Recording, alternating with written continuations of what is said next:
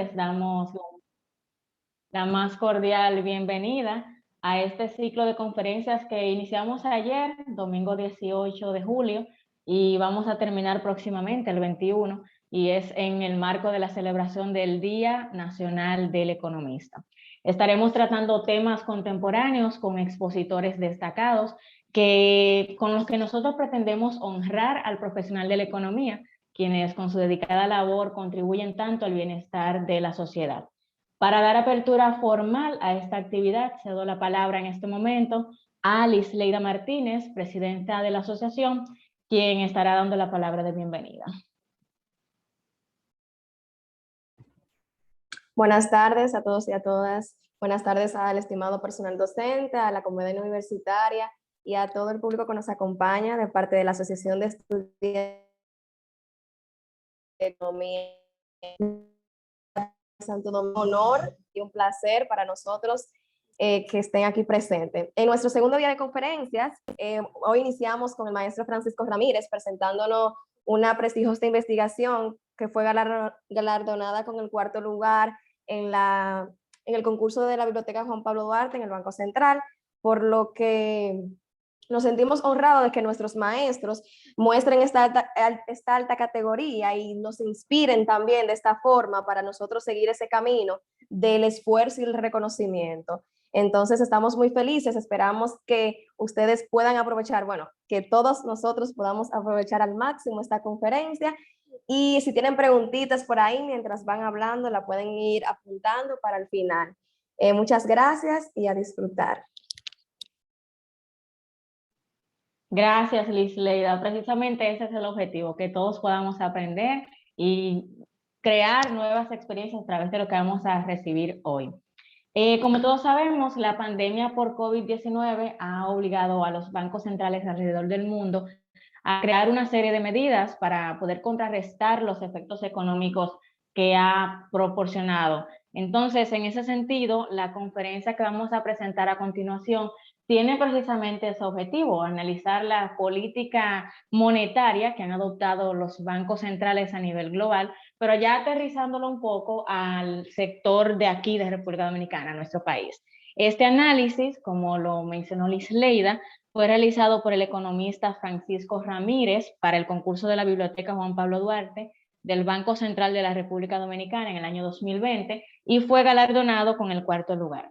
Esta tarde, Francisco, además de honrarnos con su presencia, nos estará presentando esta conferencia que se llama Política Monetaria Óptima con múltiples instrumentos, analizando el caso de la República Dominicana. Antes de presentarles a Francisco, permítanme introducirles un poco acerca del maestro. Él es economista interesado en la predicción y la construcción de modelos para el análisis macroeconómico y financiero.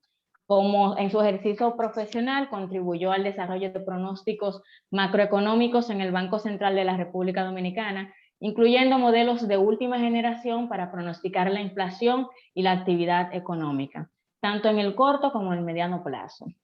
Francisco valora la creatividad y la construcción de relaciones de beneficio mutuo como insumos para lograr objetivos profesionales y personales.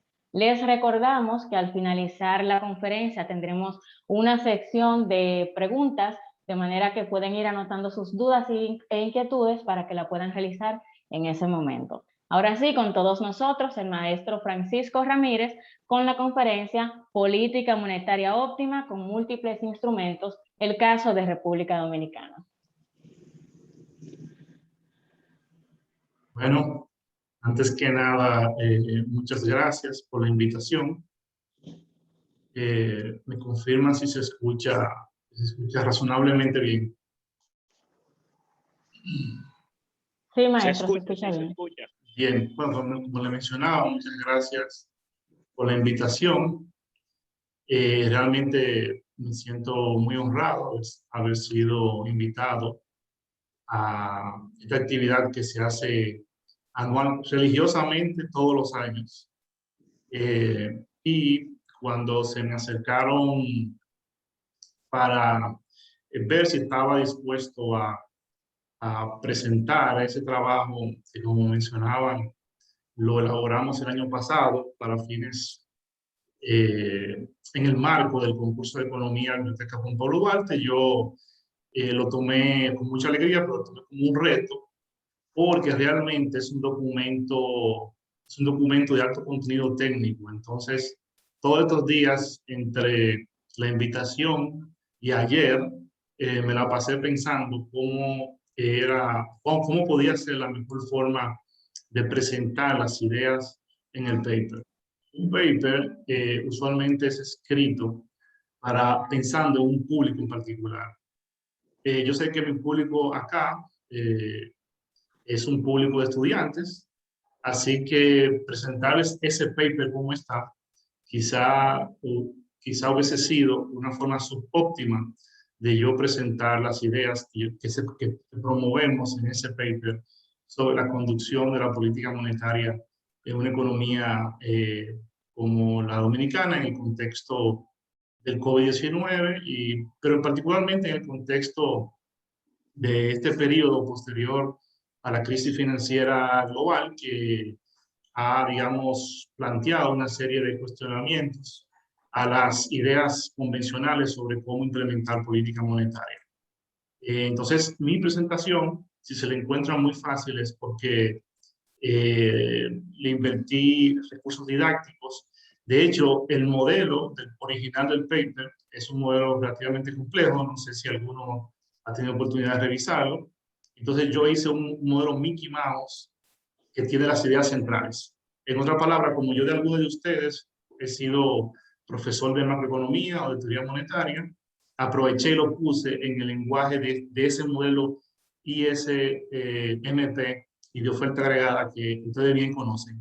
Entonces yo espero que este primer experimento que hago en presentar ideas para fines de comunicar y no ideas para fines de mostrar lo que hice necesariamente en el paper, les funcione a ustedes y aprendamos algo nuevo hoy, ¿no? En el marco de lo que ya saben. Antes que nada, ustedes saben que los profesores universitarios sufrimos el pluriempleo, y necesito hacer obviamente un disclaimer sobre las ideas contenidas en este paper, que abarcan para mí y para mi coautora, Ayane Checo, que es una economista dominicana ahora mismo en el Fondo Monetario Internacional, que ninguna de las ideas presentadas acá representan, ninguna de ellas, la opinión del Banco Central, ni de la Universidad Autónoma de Santo Domingo, ni del Fondo Monetario Internacional, ¿no? Entonces se supone que con este slide queda todo exculpado, cualquier idea descabellada. Muy bien, entonces, ¿cuál es la agenda que pretendemos agotar? Y un paréntesis, sé que hay una ronda de preguntas al final, pero si alguien tiene alguna duda rápida sobre lo que voy presentando, me puede perfectamente interrumpir. Cierro paréntesis.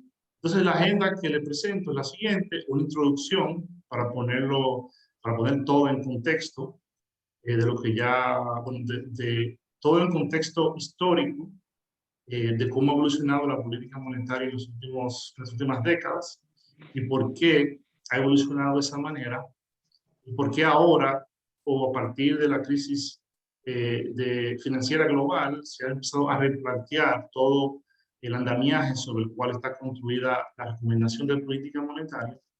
Entonces, tendríamos una introducción, vamos a ambientar la pregunta de investigación en ese contexto. Después hago una pausa para retomar algunos conceptos que muchos de ustedes conocen, pero que yo creo que es útil para poder entender el propósito de este esfuerzo. Vamos a retomar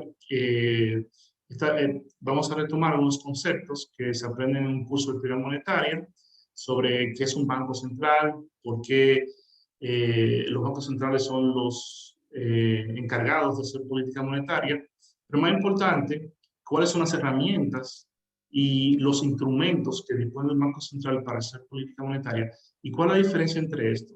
Porque yo muchas veces, inclusive, leyendo artículos de periódicos de profesionales, encuentro una disonancia cognitiva respecto a la diferencia entre un instrumento y una herramienta. ¿no? Entonces eso se confunde. Y finalmente, las tácticas que utilizan los bancos centrales para lograr sus objetivos. Entonces, luego de planteado el problema y haber puesto los conceptos centrales sobre la mesa, pasaríamos entonces a entender cuál es el mecanismo central de que está detrás de los resultados que les voy a presentar. La idea es muy básica, la idea es que si nosotros pensamos en que en la economía existen fricciones financieras, y voy a explicar más adelante qué es eso, aún tú utilizando política monetaria con tasa de interés, tal como recomienda el libro de texto, aún utilizando esa herramienta, el nivel de producto resultante y la volatilidad de la economía es mucho más grande que en el caso de que no existen fricciones financieras.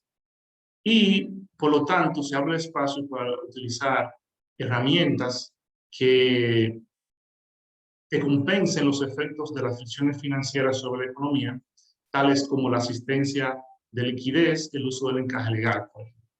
Y eso es lo que da origen a esta discusión de que la política monetaria puede mejorar su desempeño en términos de la variabilidad de las variables macro como la inflación y el producto. Lo puede mejorar, hacerla más óptima con múltiples instrumentos. De ahí viene todo el mensaje. Y finalmente le voy a mostrar, obviamente, el modelo, al ser tan simple, bueno, y aunque sea complejo, el modelo es una ilustración teórica de lo que uno tiene en la cabeza, ¿no? De cómo funciona el mecanismo. Una ilustración gráfica de esas ideas. Pero en la última parte de la presentación, voy a mostrar algunas evidencias cuantitativas que con el modelo original que está en el paper, nosotros generamos para la República Dominicana, ¿no? Vamos a mostrar que cuando comparamos una medida resumen que se recoge en la función de pérdida de un banco central, voy a explicar qué es eso, vemos de que hay mejoras sustantivas si la economía tiene fricciones financieras. Hay mejoras sustantivas en el comportamiento de las variables macroeconómicas. Y esa va a ser la principal conclusión que nosotros vamos a establecer. Entonces, esa es más o menos la agenda que pienso agotar en los próximos 20-25 minutos. Muy bien, ¿de dónde viene toda esta discusión? Bueno, los bancos centrales durante muchos años, durante muchas décadas, fueron torres de marfil para los economistas, contrario a la cantidad de información que uno tiene en el día de hoy de un banco central. En el pasado era sumamente escasa, ¿no? Y no fue sino hasta los años 80 cuando los bancos centrales empezaron a abrirse, a comunicar más y mejor al público en general sus estrategias. Fue hasta ese momento que empezó a entenderse cómo funciona realmente un banco central, ¿no? Que no era solamente el control de la oferta de dinero. Y esto abrió un campo de trabajo bastante amplio y de luchas de ideas respecto a cuál era el mecanismo principal de transmisión de la política monetaria.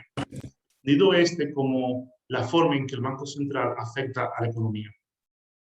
En los 90, desde finales de los 80 y principalmente en los 90, se empezó a observar un fenómeno muy interesante y de mucha relevancia para los bancos centrales. Y es que la inflación que durante los años 70 y 80 en el mundo estuvo siempre por encima del 10%, empezó a caer de manera rápida y persistente, ¿no? Y como ustedes ven en el gráfico, este es un fenómeno global, principalmente,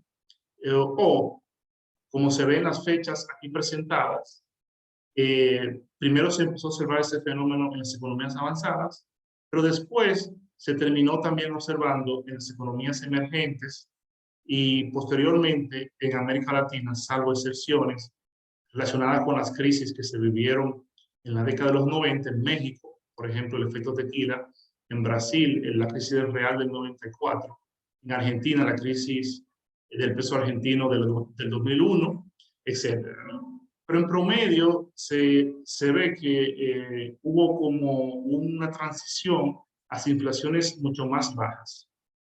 También se observó de igual manera una caída en la variación de la tasa de crecimiento del PIB de muchas economías. Como se puede observar en este gráfico, vemos que desde mediados de la década de los 80, principalmente en las economías avanzadas, y durante un periodo que se extendió durante toda la década de los 90, se nota o se evidenció una caída muy importante en la variación del producto. En otras palabras, las economías se volvieron mucho más estables. Este fenómeno se conoce en la literatura como la gran moderación. Tuvo un impacto bastante importante en la discusión de política monetaria.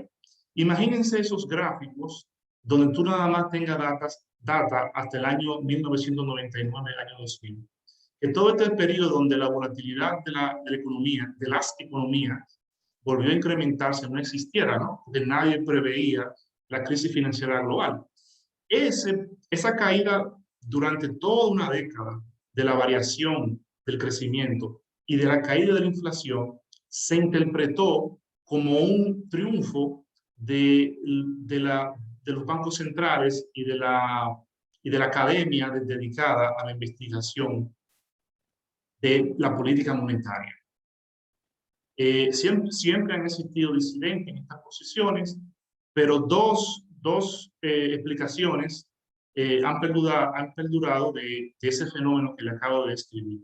Uno, el que le había comentado, que todas estas reformas, principalmente las reformas orientadas a transparentizar el accionar de los bancos centrales y a dotarlos de mayor independencia respecto al poder político, son los principales factores detrás del fortalecimiento de la política monetaria, del impacto de la política monetaria en la economía, su impacto sobre las expectativas de inflación y su impacto sobre la variación de la inflación que la hizo mucho más predecible y estable, ¿no?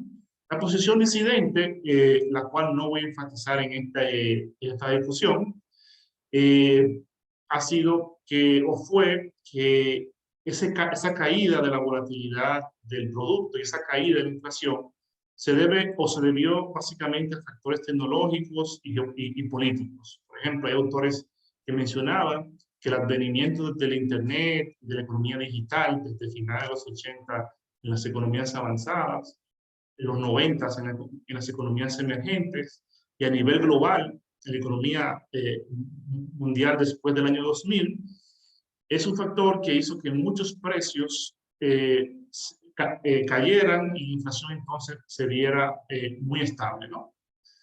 Y a nivel político, como muchos de ustedes saben, en el año 89 al 92 se terminó de extinguir la Unión Soviética, muchas de esas economías pasaron a ser economías de mercado, y al hacer economía de mercado se convirtieron en destinos para realizar outsourcing de manufactura, lo que hizo que los costos de mano de obra bajaran mucho a nivel mundial y eso entonces generara una caída sistemática de la inflación, ¿no? Esa es una explicación un tanto de factores económicos que está detrás de ese fenómeno inflacionario, de ese fenómeno de bajada de la volatilidad del crecimiento, ¿no? Posteriormente a la crisis financiera global, esas ideas han retomado fuerza. Pero el principal factor detrás de todo este comportamiento de la inflación y del producto se le atribuyó a esas reformas que se le hicieron a los bancos centrales, ¿no?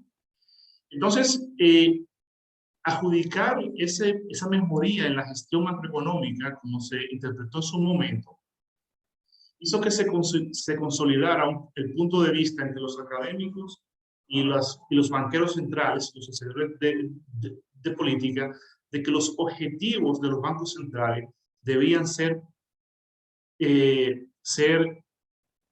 debería ser uno solo o a lo más, y en segundo orden, otro relacionado con la actividad económica. Este primer objetivo se refiere a que los bancos centrales deben proveer estabilidad de precios, estabilidad de inflación, y que esto lo lograban a través de estrategias que lograran anclar la expectativa de inflación a algún tipo de ancla nominal, que voy a definir más adelante, que es la expectativa de crecimiento del precio en la economía, ¿no?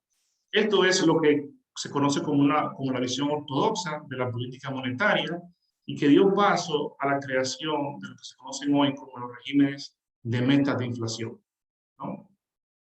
Sin embargo, la crisis financiera del 2007-2009, que ustedes tenían alrededor de 10 años, hizo que se reanimara el debate sobre el impacto y la conducción que tiene la política monetaria en el marco de fricciones financieras exacerbadas, ¿no?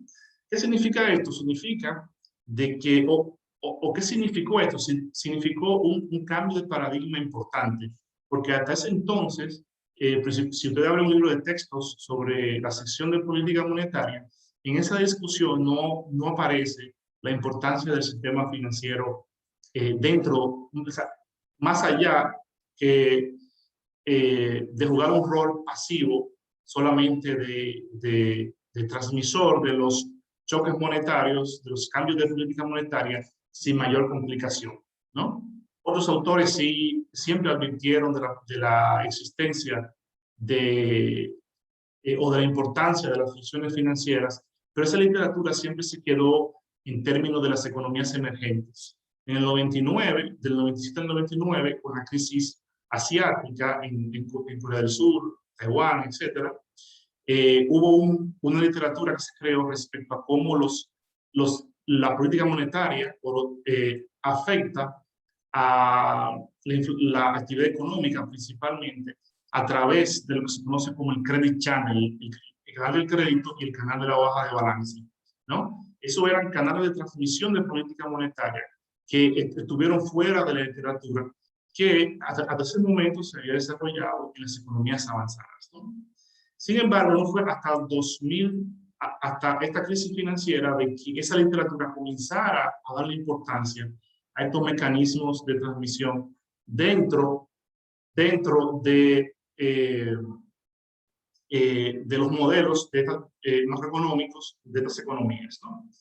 Entonces, ¿cuál ha sido la principal consecuencia? Ahora, ese mandato de estabilidad de precios que el Banco Central tenía como, en términos inclusive hasta constitucionales, por encima de cualquier otro mandato, coexiste ahora con otros objetivos que pesan igual o más, como son el desempleo y la propia estabilidad financiera, ¿no? Y esto dio paso a que el Banco Central, como aparecen más objetivos, necesita ahora más instrumentos. Y por lo tanto, abrió la puerta a que estos instrumentos convencionales, como voy a presentar, que son la tasa de interés, por ejemplo, una tasa de interés del mercado monetario, sea complementado con instrumentos no convencionales, que también voy a presentar cuáles son esos, ¿no? Entonces, ese es el contexto en el cual empieza a tomar forma esta discusión. Nosotros, como economías emergentes, no hemos estado exentos de esas nuevas prácticas y de ese debate. De hecho, las economías emergentes fueron bastante, la experiencia de las economías emergentes fueron bastante útiles para entender qué sucedió en la economía mundial con la crisis financiera global, porque durante los años 80, durante la crisis de la deuda, muchas de estas economías experimentaron implosiones de sus sistemas financieros de manera muy similar a lo ocurrido en la crisis financiera global a nivel de las economías avanzadas, ¿no? Y que estos instrumentos, que ahora se consideran instrumentos no convencionales, de una u otra manera ya los habíamos utilizado en estas economías durante la crisis de la deuda de los años 80. Eso. Entonces, en resumen, la apertura sobre el debate sobre la compatibilidad de la política monetaria con las denominadas políticas macroprudenciales y la incorporación de instrumentos no convencionales es lo que motiva la pregunta de si es posible formular la idea, reformular la idea de política monetaria óptima de uno a múltiples instrumentos, ¿no?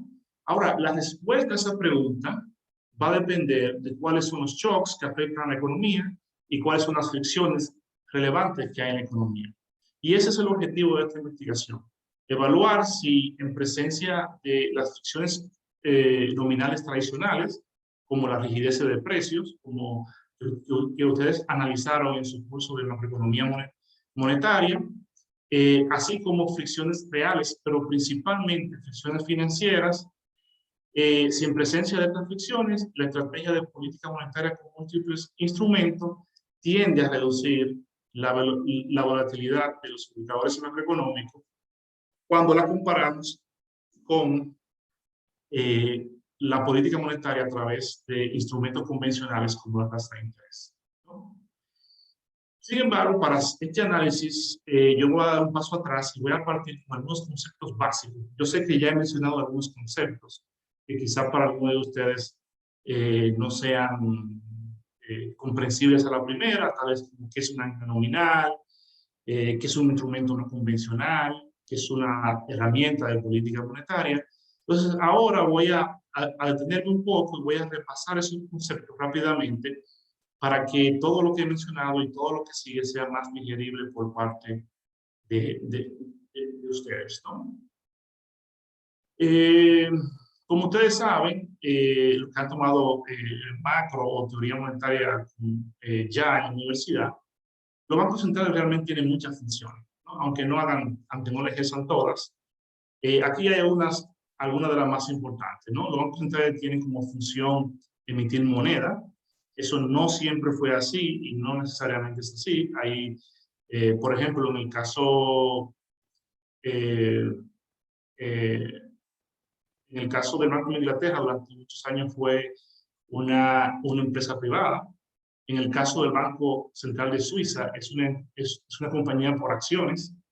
Y no fue sino hasta el periodo más cercano a la Segunda Guerra Mundial, donde muchos de esos bancos fueron nacionalizados, que propiamente el Banco Central entonces emitía la moneda. Otra función que se le atribuye a los bancos centrales es mantener las reservas internacionales. Eso, o sea, uno que viene de un banco central que fue creado para tales fines, no necesariamente es así. En el caso, por ejemplo, del banco central más importante del mundo, que es el Banco de la Reserva Federal de Estados Unidos, quien mantiene las reservas internacionales no es la Reserva Federal, sino el Tesoro de Estados Unidos, que es como el equivalente al Ministerio de Hacienda de Estados Unidos, de acá. Otras funciones que tiene el Banco Central es realizar transacciones con el Fondo Monetario. En muchos países sirve de banquero del gobierno. Eso no significa necesariamente que tenga que financiar los déficits fiscales del gobierno.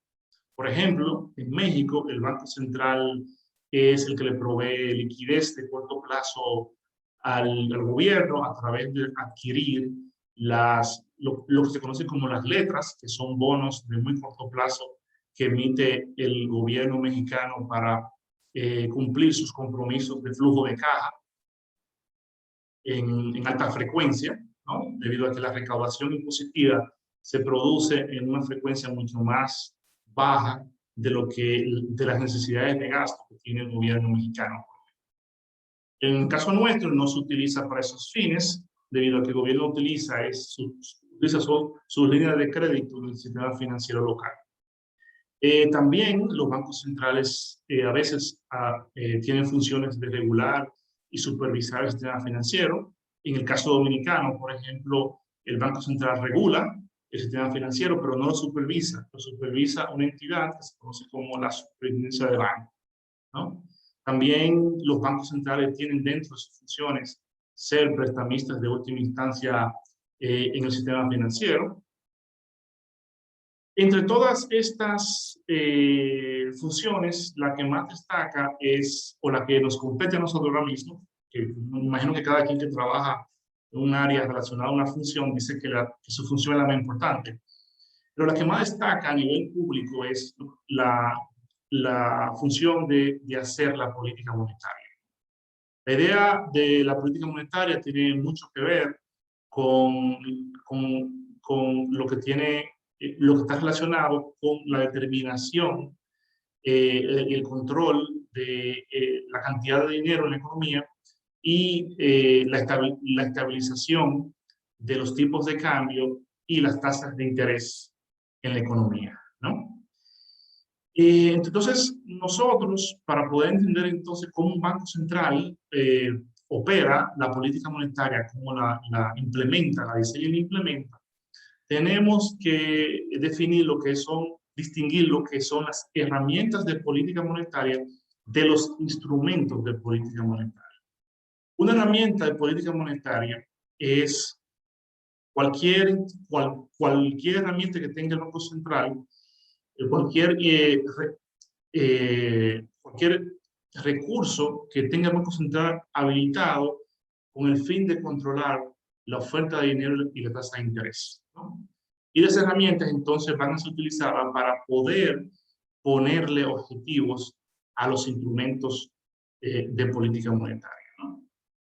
Hay muchas herramientas de política monetaria. Las convencionales, que son las que se utilizan tradicionalmente en tiempos normales, que pueden ser utilizadas para el control de la oferta de dinero o para estabilizar las tasas de interés, son, por ejemplo, las operaciones de mercado abierto, que básicamente son compra y venta de instrumentos financieros, usualmente emitidos por el gobierno, para fines de modular la cantidad de reservas que tienen los bancos comerciales dentro del Banco Central o en el sistema financiero. Los préstamos a descuento, que son préstamos que hace el Banco Central con una garantía que es recibida por debajo de su valor de mercado para fines de conservar la garantía. Y finalmente el requisito de reserva, que es el que se conoce como encaje legal, ¿no? Entonces, utilizando esas tres herramientas, los bancos centrales pueden contraer la oferta de dinero y expandir la oferta de dinero. Y en esa misma dirección, hacer que las tasas de interés caigan o suban dependiendo qué es lo que busca el Banco Central en cada periodo. Luego están las llamadas herramientas no convencionales. Muchas de esas herramientas son herramientas que surgieron en la banca central después de la crisis financiera global. Tres de las más conocidas son la provisión de liquidez, que son líneas que los bancos centrales habilitan a los bancos comerciales y a otras instituciones financieras, donde éstas acceden bajo ciertas condiciones a una cantidad dada de dinero.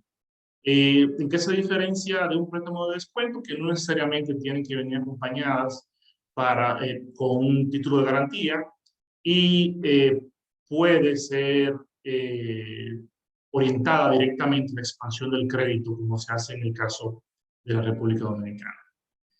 Existen las compras de activos. Esta herramienta surgió en las economías avanzadas principalmente. La crisis financiera fue una crisis vinculada a la pérdida de valor de un grupo de activos financieros que estaban en el balance de la banca comercial y la banca de inversión en Estados Unidos y en las economías avanzadas. Y lo que hizo el Banco Central fue tratar de comprar esos activos para generar una demanda adicional que sostuviera esos precios durante el periodo de crisis. Y finalmente está una herramienta que no es una herramienta tangible como las demás, sino es una explotación de la credibilidad del Banco Central en términos del público, que es lo que se conoce en inglés como el forward guidance. El forward guidance no es más que compromisos con futuras acciones de política.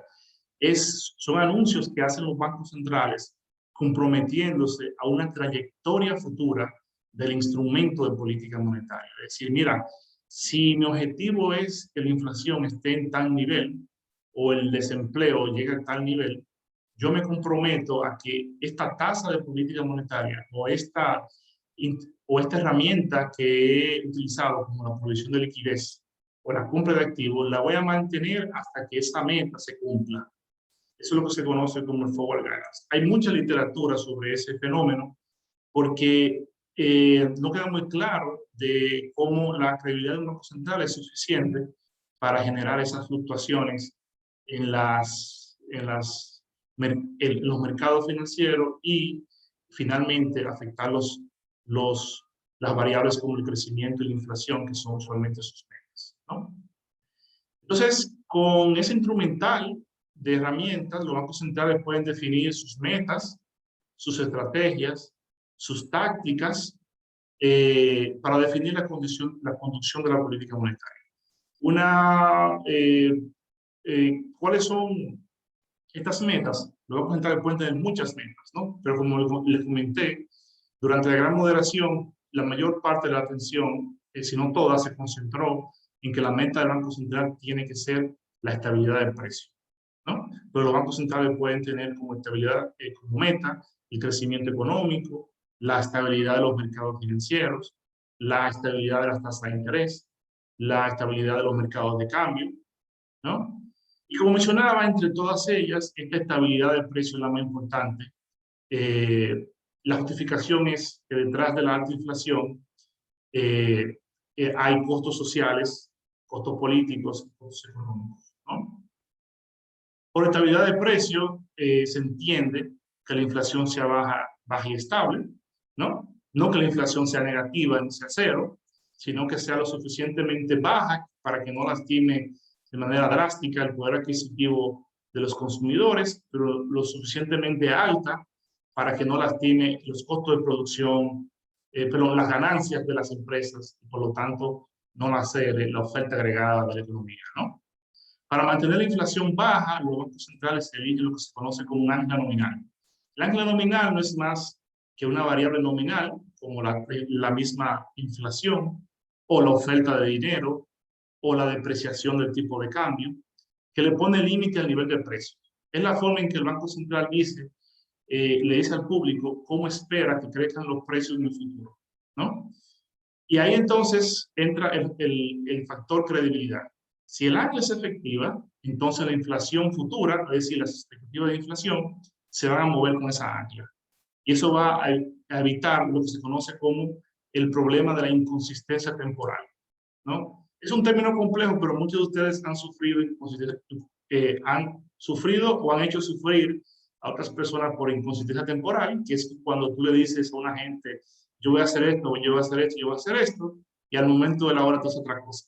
Entonces, los bancos centrales tienen que cuidarse, tratan de cuidarse de caer en ese problema de la inconsistencia temporal, porque ¿cuál es la predicción inmediata cuando tú caes en ese problema? Que la gente no te cree. Y por lo tanto, en el mundo de la política monetaria, eso significa que la inflación futura no se va a mover como el ancla nominal, sino va a ser cualquier otro valor. Y eso sí es un problema para un banco central. Ahora, ¿es la estabilidad de precio inconsistente con los demás objetivos? La respuesta es depende. En el largo plazo, la estabilidad de precio es consistente con el crecimiento y con el desempleo, principalmente porque con el desempleo en el largo plazo no hay disyuntiva, la curva de oferta es vertical porque no hay fricciones que afecten la búsqueda de empleo más allá de la tasa natural. De desempleo, que recuerden que es el nivel de desempleo que tuviera la economía si no hubiesen distorsiones, ¿no? Y la inflación baja también es consistente con el crecimiento en largo plazo, porque promueve el crecimiento económico, ¿no? Una economía donde la inflación es estable en largo plazo permite a las familias y a las empresas poder hacer sus planes de inversión y de consumo de manera más óptima. Sin embargo, si la inflación fuera alta, esa incertidumbre que le añade la inflación a los planes de las personas y las firmas se traduce en una pérdida de bienestar, ¿no? Asimismo, la estabilidad de precios es consistente con la estabilidad financiera. ¿Qué significa esto? De que esa discusión de que aparezca más objetivos o sea, relevantes como la estabilidad financiera después de la crisis financiera global que entren en conflicto con la estabilidad de precios, en el largo plazo no se da. La inflación estable permite que los precios de los activos financieros se comporten de manera estable en el largo plazo. Donde sí hay problema, donde sí hay disyuntiva es en el corto plazo. En el corto plazo sí tenemos una curva de Phillips, es decir, una disyuntiva entre inflación y desempleo. Los bancos centrales tienen que decidir si van a dejar que el desempleo sea alto o el crecimiento sea bajo para mantener la inflación estable, o si van a permitir que la inflación se desvíe de la meta establecida por el ancla nominal para tratar de subir el crecimiento y bajar el desempleo, ¿no?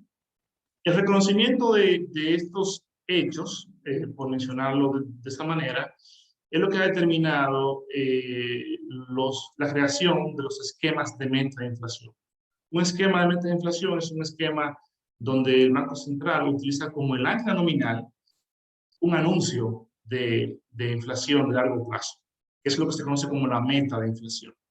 Noten que a diferencia de un ancla nominal basada en la depreciación del tipo de cambio o en el crecimiento de la oferta de dinero, la meta de inflación es un concepto, no es algo tangible que se mide directamente a través de un indicador como un agregado monetario o a través del tipo de cambio, sino que su evaluación va a depender de lo que se conocen como las expectativas de inflación, que la mide a través de encuestas y sondeos que le hace a la población, principalmente a expertos, ¿no? Ahora, para tú lograr que las personas te crean de que tú eres, para tú lograr de que tú puedas anclar la inflación a esa meta, este esquema involucra varios elementos. Uno es un anuncio público de objetivo numérico de metas a mediano plazo de inflación. O sea, esto elimina la posibilidad de que tú no comuniques al público que esto estás haciendo. Que esté escrito en la Constitución de que tu mandato es la estabilidad del precio a largo plazo. Que adopte un enfoque incluyente en la distribución de información macroeconómica, que comunique al público al menos una vez al año cuál es tu estrategia de política monetaria ante los choques que afectan a la economía. Y finalmente, que el Banco Central haga toque base periódicamente, comunicando el logro de los objetivos inflacionarios que se proponen, ¿no? Entonces, elegido las herramientas, elegidas las metas, ahora los bancos centrales pueden elegir las tácticas que van a utilizar para lograr esas metas, ¿no? Y ahí entonces es que entra esta discusión a la cual yo lo traigo del instrumento de política monetaria, ¿no? Entonces, la elección del instrumento de política monetaria es lo que va a definir la estrategia, la táctica de política monetaria, ¿no? Entonces, ¿qué se logra con la elección del instrumento? Indicar si la política monetaria va a ser expansiva y contractiva. Y este instrumento va a responder a las decisiones que tú tomes con tus herramientas de política monetaria. Esto acá es clave para entender lo que sigue, porque si el objetivo es señalizar una política monetaria expansiva o contractiva hoy y en el futuro, mientras más instrumentos tú tengas, mientras más objetivos tú tengas, más difícil te va a ser convencer al público de que tú estás teniendo una postura expansiva o contractiva. En otras palabras, es posible que en algún momento un instrumento indique que tú estás siendo expansivo y otro instrumento te indique que tú estás siendo contractivo y por lo tanto es confuso, ¿no? Entonces, el balance entre tener un instrumento o combinar instrumentos va a depender de la capacidad que tú tengas de alinear esos instrumentos para señalizar lo que se conoce como la postura de política monetaria, ¿no? Entonces, en este gráfico yo resumo todo lo que he dicho sobre cómo los bancos establecen sus metas y cómo cumplen esas metas a través de la elección de sus instrumentos de política monetaria, ¿no? Pero con ese resumen, yo espero haberle refrescado la mente a los que han tomado el curso de teoría monetaria conmigo o de macro con otros profesores. Y voy ahora entonces a... Yo ahora voy a presentar un modelo en el cual interactúa la política monetaria con la economía en presencia de fricciones financieras.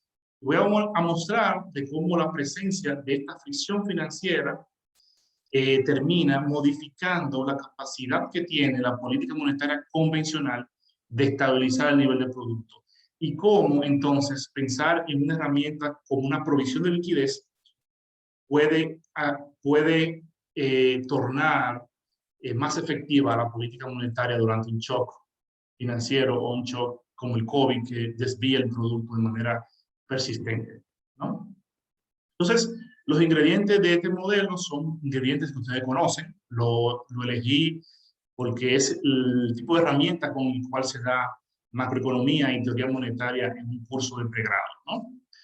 El modelo tiene una curva Y-S, muy sencilla, una curva de política monetaria. En lugar de tener una curva LM, yo voy a utilizar lo que se conoce como una curva de política monetaria, porque los bancos centrales modernos, en lugar de estabilizar la oferta de dinero como instrumento convencional, estabilizan una tasa de interés de corto plazo a través de lo que se conoce como la tasa de política monetaria. De la curva Y-S y la curva de política monetaria voy a derivar entonces la demanda agregada con fricciones financieras y finalmente para completar el modelo de economía voy a agregar la oferta agregada para la redundancia. ¿Qué se diferencia esto con el modelo que tiene el paper? Bueno, es una versión, como le mencioné, Mickey Mouse, una versión de juguete de ese modelo, pero desde el punto de vista didáctico tiene todos los elementos que se necesitan para entender cuál es el rol de una fricción financiera, ¿no? Hasta este punto no he definido que una fricción financiera, o sea, aprovecho para introducirla. Una fricción financiera no es más que el resultado de una exacerbación del problema de selección adversa en el sistema financiero, que incrementa los costos de transacción del sistema financiero para cubrirse de posibles pérdidas por parte de clientes morosos, ¿no? O también por la presencia de lo que se conoce como riesgo moral, es decir, que instituciones financieras escondan problemas estructurales en sus hojas de balance y se comporten ante el público como instituciones que funcionan correctamente. Como ustedes ven, es un problema fundamentalmente micro, pero con escala macroeconómica. ¿Por qué, profesor, esto no se resuelve con regulación financiera estándar? Es decir, la superintendencia de banco está equipada con instrumentos para que los clientes que vayan a pedir préstamos tengan que mostrar garantías que tengan valor y que inclusive existen instituciones que se dedican a crear créditos, a crear score crediticios sobre los clientes y los mismos bancos, ¿no? Entonces, ¿por qué eso no es suficiente? Porque a nivel macroeconómico existe lo que se conoce como riesgo sistémico, ¿no? El riesgo sistémico escapa de la lógica de la regulación financiera, de la regulación bancaria individual, de lo que se conoce como la regulación prudencial. Y por lo tanto, es posible que existan instituciones que tengan una importancia sistémica, que si sus hojas de balance, entiéndase sus hojas de activos y pasivos, pero principalmente su capital, se deteriore tanto que arrastre al resto del sistema financiero a una situación en la cual los costos de transacción en la economía se incrementen a un nivel tal de que no haya transferencia de fondos de los individuos que son ahorradores a los individuos que demandan crédito. En otras palabras, que el sistema financiero se ve afectado, ¿no? Esa lección que nos dio la gran crisis financiera, o al menos les dio a las economías avanzadas, ha modificado el análisis de cómo interactúa la política monetaria con la economía.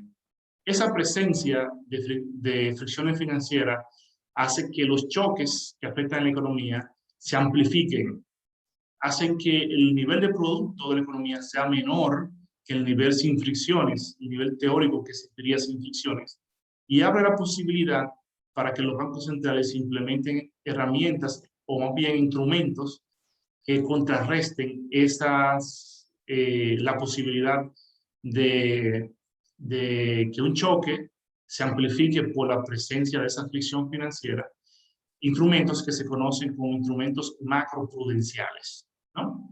Entonces, el modelo que nosotros vamos a presentar es exactamente el modelo IS PM que ustedes conocen de su curso de teoría monetaria, pero amplificado por fricciones financieras. Entonces, la curva IS, como ustedes saben, lo que denota, ya entrando en materia del modelo, lo que denota es el equilibrio en el mercado de bienes, ¿no? Donde el gasto es planeado de los individuos equivale a lo que se conoce como la demanda agregada. La función de consumo es una función que ustedes conocen, que depende del ingreso disponible a través de la proporción marginal a consumir, y la inversión depende de la tasa de interés real. Un modelo bastante estándar. Sin embargo, aquí yo le introduzco de manera inocente un factor exógeno que incrementa el costo de realizar el gasto de inversión.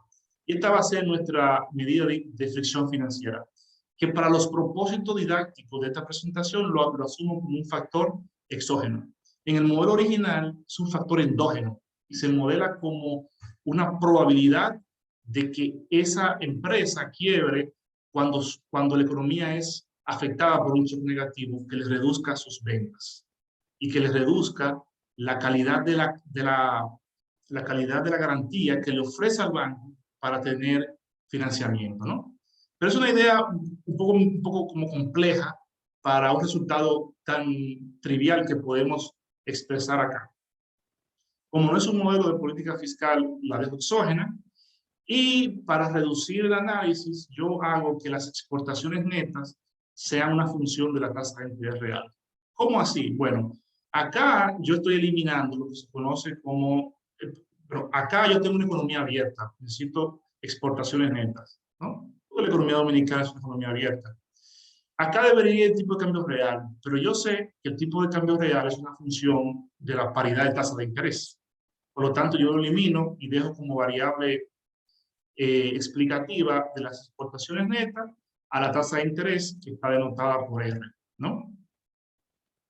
Gráficamente yo puedo sustituir todas esas definiciones del gasto planeado en la igualdad de demanda agregada o producto igual a demanda agregada, y despejando, se lo dejo como ejercicio, yo obtengo esta expresión que tengo acá. ¿Qué tengo acá? Acá yo tengo entre corchetes cuadrados lo que ustedes conocen de su curso de macro con el profesor Nicolás como el gasto autónomo, ¿no? ¿Qué tiene de diferente este gasto autónomo? Y por eso lo dejo explícito, sin no utilizar la notación que utiliza el profesor, que es una A. Acá yo le dejo explícito el rol de la fricción financiera. Fíjense que si no existiera fricción financiera, el gasto autónomo de la economía y por lo tanto el producto de la economía fuera más alto que si existiera, que si no existiera fricción, que si existiera fricción financiera, ¿no? En otras palabras, la fricción financiera coloca la economía en un nivel de producto subóptimo. Eso es un resultado de los costos de transacción. Y en el despeje tenemos acá multiplicado por menos la pendiente de la curva IS, es decir, qué tan sensible es el producto a los cambios de la tasa de interés. Como ustedes saben, en una economía abierta depende de la productividad marginal de consumo, de la propensión marginal a consumir, perdón, y depende de esa elasticidad de las exportaciones netas, ¿no? En el caso de fricciones financieras también depende del parámetro de fricciones financieras, es decir, de la pendiente de la función de inversión, ¿no? Acá en este gráfico muestro el impacto que tiene la fricción financiera sobre el nivel de producto y la pendiente de la curva IS. Como vemos acá, la línea azul muestra cuál sería el nivel de producto para cada nivel de tasa de interés que garantiza el equilibrio en el mercado de bienes. Y en naranja muestro el mismo caso, pero si no existiera fricción financiera. Como ustedes ven, para cada nivel de tasa de interés, el nivel de producto sin fricción financiera fuera más alto del producto con fricción financiera. Y lo otro es que la pendiente de la curva IS es mucho más plana. La curva IS es más plana si existiesen fricciones financieras. Quiere decir eso, que cualquier elemento que haga que fluctúe la tasa de interés va a generar una variación mayor del nivel de producto. En otras palabras, la economía es mucho más volátil y eso es algo que le molesta a los bancos centrales que tienen como objetivo mantener la economía estable. Aquí ilustro el impacto que tiene un incremento de la fricción financiera sobre la economía, solamente para ilustrar, porque todavía no tengo todos los elementos para determinar todas las variables endógenas del modelo. Y vemos que si hay un incremento de la fricción financiera, la economía sufre una contracción en su nivel de actividad. Eso se debe, como mencioné, al incremento de los costos de transacción que afectan, si lo pensamos de esa manera, al flujo de crédito en la economía, ¿no? Ahora voy con la determinación de la tasa de interés. En este modelo simple, yo voy a asumir que la tasa de interés la determina el Banco Central a través de una simple regla. Una regla que fija la tasa de interés real en términos de un componente autónomo, que es lo que se conoce en la literatura como tasa de interés neutral de la economía, y depende de la inflación. Ese parámetro que está acá es un parámetro muy importante, es un parámetro que ustedes conocieron como el principio de Taylor, que es un parámetro que tiene que tener un valor mayor que 1. ¿Qué significa eso? Que si la inflación sube, el Banco Central tiene que subir la tasa de interés mucho más que proporcional de la subida de la inflación para poder generar una caída futura de la inflación. Si no lo hiciera, generara una espiral inflacionaria que no terminaría y el modelo no tendría solución, entre comillas. Si yo grafico esta relación de tasa de interés e inflación, tendría una relación positiva. Es decir, a medida que aumenta la tasa de inflación, el Banco Central tiene que aumentar la tasa de interés real de corto plazo, tal manera de que sea consistente con ese nivel de inflación de la economía. Como ustedes ven acá, esta tasa de interés es la misma que está en la curva IS. Por lo tanto, yo puedo poner estas dos curvas, una al lado de la otra. Si ustedes se fijan acá, creo que puedo tener un lápiz aquí.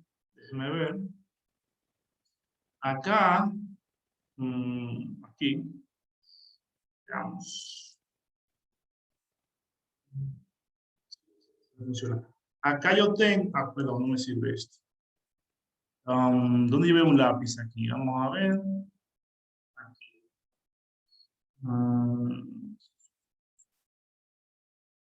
Bueno, a un lado debe haber un lápiz aquí, pero en todo caso, con el mouse creo que puedo ilustrarlo. Vamos a ver. Aquí, en el eje Y de la curva de política monetaria, tengo la tasa de interés. En el eje X, la tasa de inflación. Por eso tiene pendiente positiva. A la derecha tengo la curva IS, que tiene una relación negativa entre la tasa de interés y el producto agregado. En otras palabras, para cada nivel de tasa de inflación, hay una tasa de interés que es consistente con el nivel de producto agregado de la economía. Y si yo, por ejemplo, voy moviendo la tasa de inflación, subiendo la tasa de inflación, ¿qué me dice esta relación? La curva de política, que la tasa de interés tiene que ir subiendo para que sea consistente con ese nivel de inflación.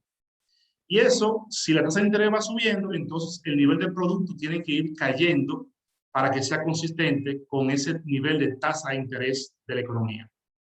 Por lo tanto, a la derecha yo puedo dibujar la relación entre tasa de inflación y nivel de producto.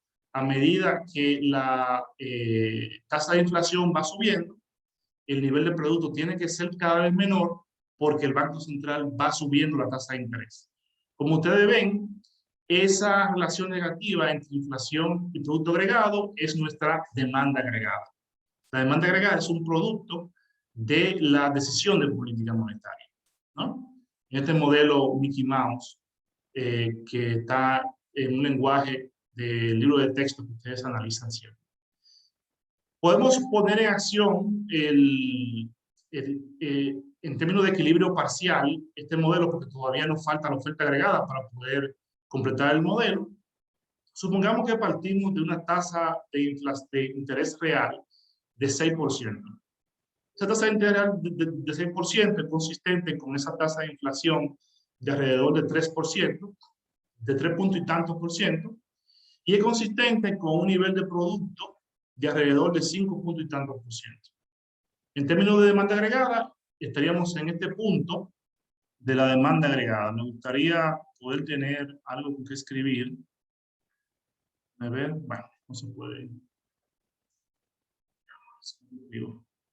Aquí, ¿no? En este punto, ese equilibrio consistente con ese nivel de tasa de interés y ese nivel de inflación, ¿no? Ahora supongamos, ¿qué sucede si hay un shock de política monetaria autónoma? En este modelo, un shock de política monetaria autónoma, y esto es para probar la lógica de nuestro modelo, para fijar ideas, significa un cambio en la R barra.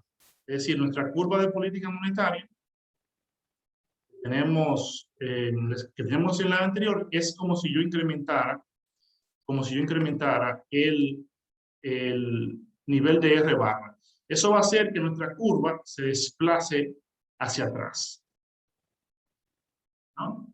Entonces, la línea naranja que aparece acá refleja esa contracción de la política monetaria. Si ustedes se fijan, estoy manteniendo constante la inflación y estoy subiendo la tasa de interés. Esto se debe a que todavía no tengo la oferta agregada. Es un ejercicio de equilibrio parcial. Manteniendo constante la inflación, supongamos que incrementamos la tasa de interés. Eso significa que el nivel de producto, para que sea consistente con ese nivel de tasa de interés, tiene que caer. Y esto se produce por la caída del consumo, de la inversión y de las exportaciones netas. Desde el punto de vista de la demanda agregada, dado el nivel de inflación, esto significa un desplazamiento a la izquierda. Entonces ahí vemos que la política monetaria en este modelo es contractiva. Finalmente, ¿cómo se ve el equilibrio en una economía donde no hay fricciones financieras? Las dos barras, pero la barra que aparece en la curva IS de color negro es la curva IS si no hubiese fricciones financieras, es decir, si la inversión no se viera afectada por esa fricción financiera. Como ustedes ven, el incremento de la tasa de política monetaria genera una caída del producto, pero esa caída del producto es sustancialmente menor que el caso de la curva azul, que el producto cae mucho más cuando comparamos. Esto se debe a la presencia de la fricción financiera. En otras palabras, la fricción financiera es un amplificador del shock de la economía. Hace la economía más volátil y por lo tanto más difícil de estabilizar por parte del Banco Central, ¿no? Lo que haré ahora es introducir en nuestro modelo la última pieza, la oferta agregada. Con eso vamos a poder ver qué sucede con las dos variables macroeconómicas relevantes para un Banco Central, que es la inflación y que es el producto. Y vamos a ver cuál es el resultado que genera la fricción financiera en este caso, ¿no? La función de oferta agregada es una curva de Phillips extremadamente sencilla. La inflación depende de las expectativas de inflación, es decir, de la inflación futura. Si la inflación futura sube, la inflación hoy empieza a subir. Los agentes piensan que el Banco Central va a ser expansivo. Y depende de la brecha de producto. La brecha de producto es una proxy de los costos marginales de la economía. Si la economía empieza a crecer, o sea, si el PIB o el producto, que es esta variable Y, está por encima del producto natural de la economía, del producto potencial, los costos marginales empiezan a subir y la inflación empieza a subir. Y finalmente está esta variable de Rho, que es los choques de oferta que mueven la inflación hacia un lado y hacia otro por cualquier otro factor que no sea la política monetaria. Como ustedes ven, hay una relación positiva entre la inflación y la brecha del producto. Por lo tanto, podemos dibujar la oferta agregada acá como esa línea azul. A medida que aumenta el producto agregado, en el corto plazo, la curva de oferta tiene pendiente positiva, es decir, la inflación va subiendo. En el largo plazo, no lo dibujé aquí, la curva de oferta, como ustedes saben, es vertical y no se produce esta disyuntiva entre inflación y producto, que es el equivalente a la disyuntiva de inflación y desempleo, ¿no? Entonces, ya con la oferta agregada, tengo mi modelo acá, mi modelo Mickey Mouse, de un modelo ISMP, MP por política monetaria, y oferta agregada y demanda agregada a este lado. Entonces, ya con este modelo puedo hacer muchos ejercicios, pero voy a hacer un solo.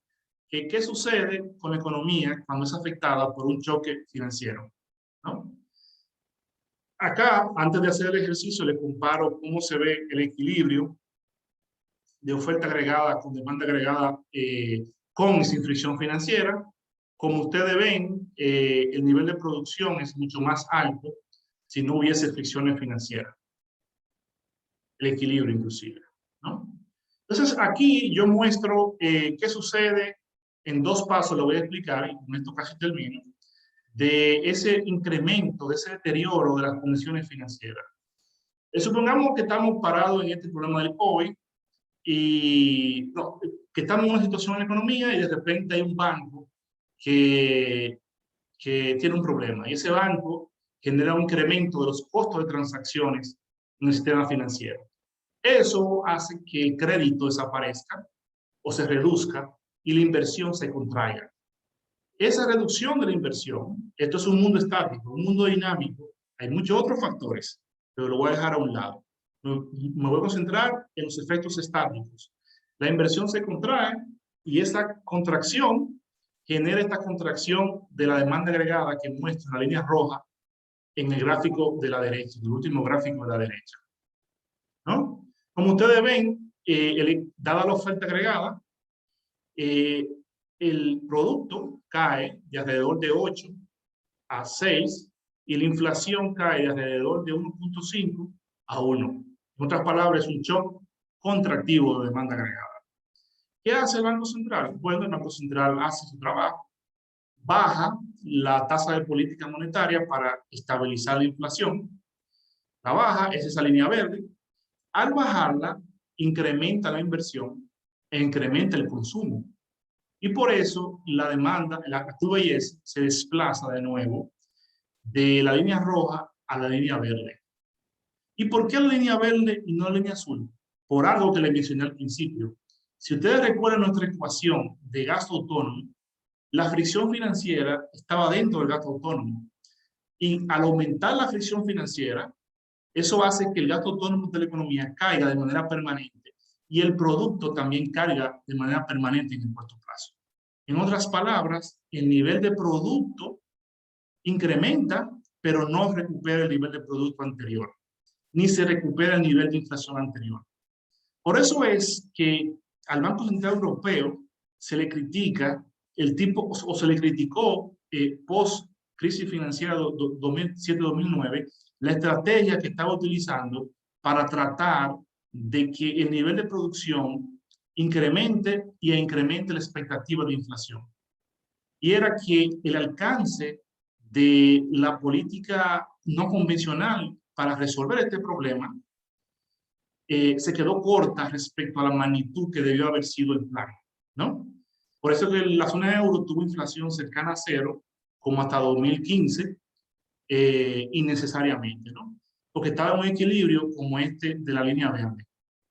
Entonces, la respuesta que tiene que hacer un banco central en este contexto que nosotros creemos es tratar de estabilizar el producto y la inflación utilizando una de estas 3 opciones. Una es seguir bajando aún más la tasa de política monetaria. Eso no es posible de manera permanente. Eso le pasó al Banco Central Europeo. La tasa de interés llegó a 0 y no pudo seguir bajándola y por lo tanto el nivel de producto se quedó por debajo del óptimo, ¿no? O por debajo del nivel pre-crisis y la inflación también. Entonces eso hace que la política monetaria deje de ser efectiva y el Banco Central pierda credibilidad. Entonces, ¿cuáles son las alternativas? Las alternativas 2 y 3. Uno es que el Banco Central compense ese incremento en los costos de transacción debido a la fricción financiera a través del uso de instrumentos que la reduzcan.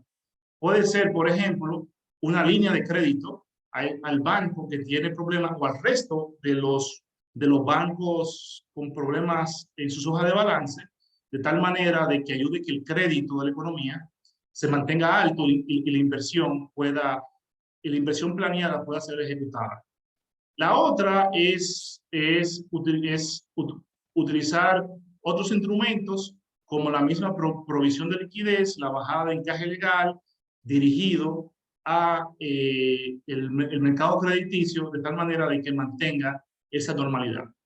Ese es el uso de este tipo de instrumentos, bajada de encaje y el uso de facilidades de liquidez que utilizó el Banco Central durante la crisis del COVID, es lo que nosotros entendemos que ha sido lo más exitoso que ha hecho un Banco Central en la última década, porque ha sido capaz de mantener el crédito creciendo a tasas, si no estratosféricas, relativamente altas, en comparación a otros países de Centroamérica, donde se implementaron muy tarde estas medidas, ¿no? Ya para cerrar, les voy a mostrar el ejercicio que hicimos los resultados del ejercicio que hicimos para la República Dominicana, debido a que el modelo escapa a esta audiencia. Pero el mensaje de los ejercicios es muy directo. Nosotros lo que hacemos es lo siguiente. Nosotros consideramos las llamadas funciones de pérdidas. Los bancos centrales piensen por un momento que lo que hacen es estabilizar inflación, desempleo o producto y tipo de cambio, ¿no? Eso lo podemos pensar en términos de un promedio ponderado de esas volatilidades o varianzas de esas variables. Y esto lo hace utilizando instrumentos. Entonces nosotros en el modelo lo que hacemos es seleccionar los niveles y movimientos de los instrumentos disponibles tal que se minimice esa función de pérdida. Y evaluamos tres conjuntos de instrumentos. Uno es el instrumento convencional, que es la tasa de interés de corto plazo, que se conoce como tasa de política monetaria, a través de la regla de Taylor, que es esa relación entre producto e inflación que nosotros vimos. Segundo, una combinación de esa regla de Taylor con reservas internacionales y, para estabilizar, para aprovechar mejor el canal cambiario de la política monetaria. Y tercero, utilizamos esas dos reglas, esos dos instrumentos con un tercero, que es el encaje legal. Y vamos a ver los resultados en el siguiente cuadro. Los resultados los ponemos por el tipo de choque que afecta a la economía. Supongamos que en nuestro modelo la economía es afectada por un choque de demanda agregada, es decir, que esta curva naranja se mueva a la izquierda. Aquí yo tengo distintos factores que hacen que la demanda agregada se mueva a la izquierda.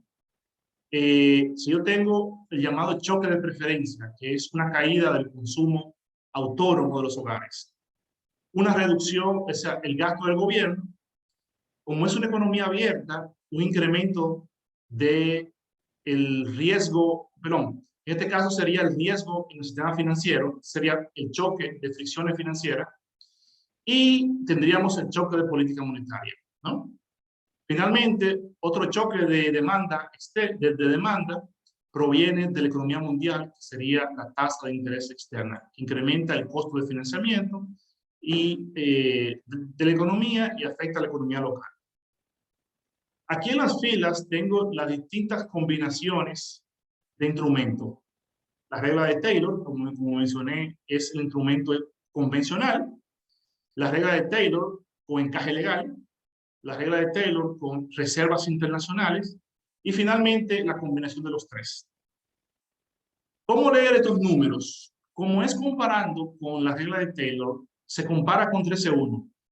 Si una regla para un choque de esto, por ejemplo, preferencias, está por encima de ese 1, significa que la regla de Taylor es mejor. Si un choque, si un conjunto de instrumentos o un instrumento produce un resultado menor que ese 1, significa que para ese choque, esa combinación de instrumentos es mejor. Por ejemplo, para el choque de demanda proveniente de las fluctuaciones del consumo, el choque de preferencia, aquí vemos que la regla de Taylor combinada con el encaje legal produce una ganancia de hasta 20% en términos de la variación del producto y la inflación combinados en esta economía. Y si combino esa regla de Taylor con reservas internacionales, hay una mejora también. Y finalmente, si combino los tres, hay una mejora de hasta casi 25%, de poco más de 25% en el desempeño de la política monetaria. ¿Cuál es el mensaje? Que respecto a este tipo de choques, el uso de múltiples instrumentos resulta más conveniente que utilizar solamente la tasa de interés. ¿Cómo se implementa eso en la práctica? Bueno, acompañando los movimientos del instrumento con los movimientos de los otros instrumentos diseñados de tal manera de que se sugiera una dirección del ajuste de la política monetaria hacia una postura contractiva o expansiva. Cuando lo evaluamos para cambios en el gasto público, también se evidencia que combinaciones de instrumentos con el instrumento básico de un banco central o del Banco Central Dominicano produce también mejoras sustantivas. Aquí vemos que no se identifican mejoras sustantivas para este tipo de choques. Por ejemplo, en el caso de los choques de política monetaria, dice que basta con utilizar la regla de Taylor, y en base a este tipo de choques de riesgos financieros, en este caso, pero no hay mejora sustantiva combinando instrumentos, ¿no? En el caso de choques de la tasa de interés externa, combinar la regla de Taylor y la regla de encaje con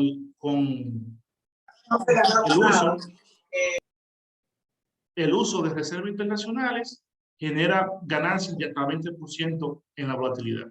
Y así, si yo voy analizando, si voy mostrándolo para distintos choques, por ejemplo, choques de oferta, vemos que cuando hay choques de productividad, si combinamos los instrumentos, vemos que la volatilidad cae hasta un 80%, lo cual es bastante notable. Cuando hay choques de costo, según este resultado, no tiene sentido utilizar otros instrumentos, sino mantenerse utilizando la regla de Taylor. Para el caso del empleo también no hay mucha diferencia. Finalmente, quiero cerrar mostrando este cuadro que muestra la variación ya directamente de las variables objetivos nuestras. Por ejemplo, esta sería la varianza, en primera columna, debajo de variables objetivos, sería la varianza del PIB, la varianza de la inflación y la varianza del tipo de cambio real, utilizando las distintas reglas en este escenario que simulamos como un escenario de COVID-19. ¿Cómo lo simulamos? Lo simulamos como una gran caída de la demanda agregada y un choque, a su vez, de oferta agregada, es decir, el choque inflacionario. Según estos resultados, si se utilizara la regla de Taylor combinada con encaje y reservas internacionales, esa varianza del producto caería mucho más de la mitad que tendría esa varianza si nada más se utiliza la regla de Taylor. ¿Cuál es el mensaje de esto? ¿Cuál es el mecanismo que está detrás? Dice que en presencia de fricciones financieras, cuando estos choques afectan a la economía, la combinación de instrumentos te genera una evolución de la actividad económica mucho más estable que si tú nada más utilizaras una sola regla. Y esto es importante porque esto refleja el comportamiento de bancos centrales durante la pandemia, como el Banco Central de Chile, el Banco Central de Perú, el Banco Central de México, la Reserva Federal y desde luego el Banco Central de la República Dominicana. Ya para cerrar, resumo todo lo que he dicho, pero bueno, creo que me pasé del tiempo. Pero básicamente resumo en estos 4 puntos. Como después de la crisis financiera global, ¿no? de nuevo tenemos este debate sobre los instrumentos convencionales de la política monetaria y cómo estos coexisten con estos instrumentos que fueron durante muchos años marginados del debate. Y en base a eso, este trabajo contribuye mostrando la experiencia de la República Dominicana de una forma didáctica, es decir, utilizando un modelo de salón de clase. Y lo que encontramos, tanto a nivel conceptual como a nivel empírico, es que hay ganancias sustantivas de combinar, de acompañar la señal de política, usualmente establecida con la TPM, con políticas complementarias. Y la intuición detrás de esto es que en presencia de estas fricciones financieras, las políticas cuantitativas que compensen el efecto amplificador de estas sobre el ciclo, producen ganancias en términos de reducción de volatilidad macroeconómica. Con eso concluyo y nuevamente gracias por invitarme a compartir estas ideas en el contexto del aniversario de la Asociación de Economía y del Día de los Economistas. Gracias.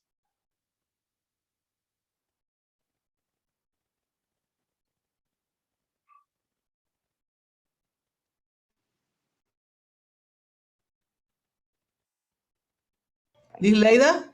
¿Isleida? Carolyn, estás en mute. Ah, Ya, ¿me escuchan?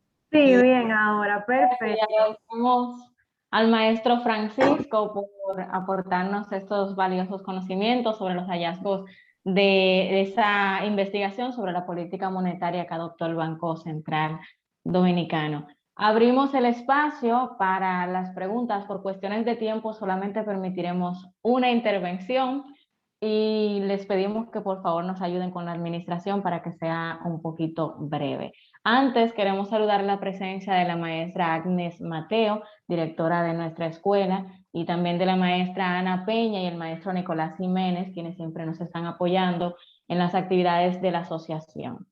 Si alguno de ustedes tiene alguna duda, inquietud o un comentario breve, este es el momento. Pueden levantar la mano, yo lo veo por acá.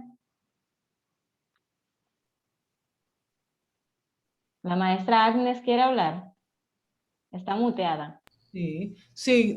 Primero pedir disculpas porque tenía una reunión.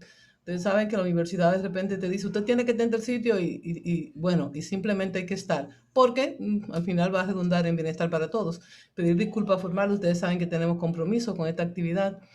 A todos los presentes y a los compañeros que han estado desde ayer trabajando en esta jornada y decir que, bueno, lo que debía haber dicho probablemente al principio, saludar que Francisco siempre está dispuesto, ya en la escuela lo conocemos muy bien, yo particularmente, ¿verdad?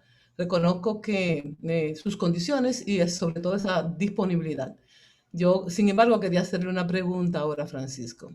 Una pregunta breve, para que él no tenga que extenderse mucho. Bueno, ayer presentamos el proceso evolutivo de la Escuela de Economía. Y como ustedes ya deben saber, el señor Héctor Valdés Alviso es un egresado de la Escuela de Economía. Entonces, eso es importante porque al final este señor tiene más de 20 años dirigiendo el Banco Central. ¿Él ha descubierto una magia, Francisco? No sé. Perdón. Él ha descubierto la magia de cómo es que la economía dinámica, porque aunque Francisco acaba de hablar en términos de variables estáticas, en realidad el ejercicio es de economía dinámica. Es el jueguito aquel de qué hacer, elevar o bajar la tasa. Aumentar, permitir a propósito que pueda subir la inflación. Y hacer un jueguito de toca y data y toma que va manipulando de tal manera que se mantenga la estabilidad. Parece que el hombre encontró una magia en el jueguito este que acaba de plantear Francisco. Pero yo te voy a preguntar a ti, Francisco. Vamos a ver dos cosas. Con una sinceridad llana entre nosotros. ¿Realmente es tan efectiva esas medidas que se toman desde el Banco Central para asegurar la estabilidad macroeconómica, que es la garantía de que los efectos de la política puedan ser los esperados? Y si estoy equivocada, me lo corrige, por favor. Pero, ¿realmente es que la política es efectiva o también tiene otros ingredientes que contribuyen de alguna manera a esa efectividad, como por ejemplo puede ser el momento de la estabilidad política, puede ser eh, el nivel de información y de propaganda que mantiene quieta a una población que se pone nerviosa cuando las variables económicas no están funcionando como esperamos. Y ver en el fondo, para nosotros comprender muy bien que no solamente el juego de la macroeconomía dinámica, sino que también influye en un conjunto de factores que intervienen en que realmente el impacto de la política sea el adecuado, sea el esperado. Y estamos hablando de la política monetaria que, como sabemos, ni los expertos en teoría monetaria se ponen muy de acuerdo en cómo funciona muy bien, porque como sabemos no es simple. ¿Verdad que no, Francisco? De todas maneras, la pregunta es, ¿habrá otras variables que intervienen realmente en que la efectividad de esas decisiones de política en un juego de macroeconomía dinámica pueda ser efectiva? Bueno, su pregunta es bastante compleja, bastante amplia, Y es que bueno, porque porque abarca, me alegro que no sea simple. abarca un área que, digamos, va más allá de mi expertise, abarca el tema de la economía política de la banca central. Pero yo creo que en general en América Latina inclusive, en las economías emergentes que hicieron reformas a sus esquemas de política monetaria, hay un factor común entre todas ellas y es que son las que mejor les ha ido en términos promedios, ¿verdad? Con sus fluctuaciones por los elementos idiosincráticos. Lo que mejor les ha ido por los indicadores que suele evaluar su Banco Central, ¿no? Que son la inflación y la actividad económica. La inflación principalmente. Yo creo que si uno evalúa en el corto plazo el desempeño de esa inversión que se hizo en transitar hacia una banca central más plegada a objetivos constitucionales, yo creo que sí, que se ha hecho el trabajo, pero es un fenómeno común a muchos bancos centrales. Por ejemplo, si nosotros tomamos un contrafactual y vamos a Perú, por ejemplo, Perú tuvo 2 años de inestabilidad política y es primera vez que ese país, en los 80 y los 70, la inflación promedio era cerca del 100%.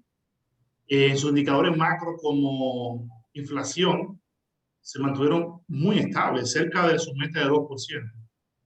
En el caso de Chile, ¿no? Que tuvo referéndum político, también el Banco Central o sea, los resultados del Banco Central pueden considerarse exitosos.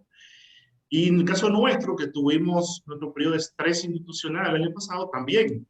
Quiere decir que este giro de los bancos centrales hacia esquemas más independientes, más autónomos, al menos en un plazo prudente de 2 a 10 años, los ha habilitado para poder dotar de estabilidad macroeconómica a las economías. Es decir, hay una ganancia institucional bastante fuerte.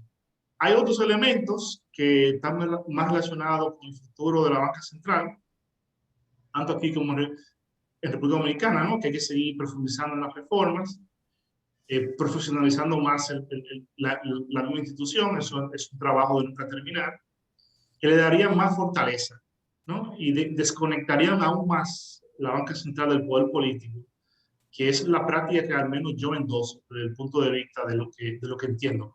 Otros pueden discrepar, porque hay gente que dice, no, es imposible tú separar a la política de las decisiones de la Banca Central. Pero yo creo que al menos creando los acuerdos relevantes entre los sectores de la economía, de que el Banco Central provee un bien público que nadie lo puede proveer, que es la estabilidad del precio. Yo creo que eso está dentro del ADN del dominicano y por lo tanto yo creo que en ese sentido por eso que es tan buena la valoración lo que se ha hecho, independientemente de la persona que esté dentro del Banco Central. O sea, Bien. yo me plego a mi disclaimer original, ¿verdad? Es mi opinión personal, no de la institución. Excelente. Muy bien. Sí. Bien, niños, adelante. Gracias, maestra Agnes y maestro Francisco, por esta intervención. Antes de finalizar, les invitamos a participar en breve de la conferencia Característica del Camino de la Recuperación Económica para la República Dominicana, a cargo del maestro Antonio Siriaco. Y mañana, a esta misma hora, también tendremos la conferencia Evaluando el impacto de los ciclones en la producción agrícola y seguridad alimentaria en el país. Esa estará a cargo de Edith Díaz. Les vamos entonces a finalizar este acto con las palabras del secretario de organización de la asociación, Diony Frías. Maestro Omar, lo saludamos también. Gracias por estar presente. Diony. Saludos, gracias, Caroli.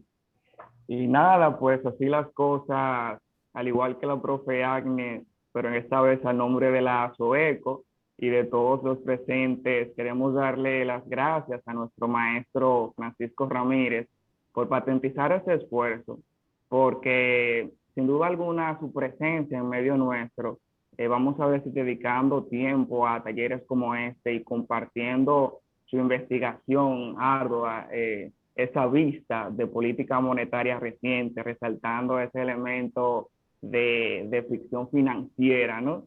Esfuerzos como este simbolizan un interés genuino y altruista de contribuir a nuestro crecimiento como economistas que estamos y que estaremos siempre en formación. Y sé que todas y todos se lo agradecemos de corazón. Y como dice un compañero mío de trabajo, al cual le tengo bastante aprecio, él dice, señala constantemente que maestro es aquel que deja una huella eterna en sus estudiantes, pero eso es porque se esmera como tanto en hacerlo tan bien que de forma natural deja su influencia en cada uno de ellos. Indiscutiblemente, profe, yo creo que gestos como este evidencian que usted es uno de esos maestros. Así que gracias por este espacio y por su dedicación. Nuestra estima siempre, y como escribió hace un momento el profe Omar en el chat, le enviamos un abrazo en la figura de todos los aquí presentes. Y nada, muchísimas gracias por esa dedicación y por este espacio. Caroli, te devuelvo la palabra. Ya, buenas noches. Nos vemos en breve a las 7 con el maestro Antonio Siriaco. Gracias por estar presente.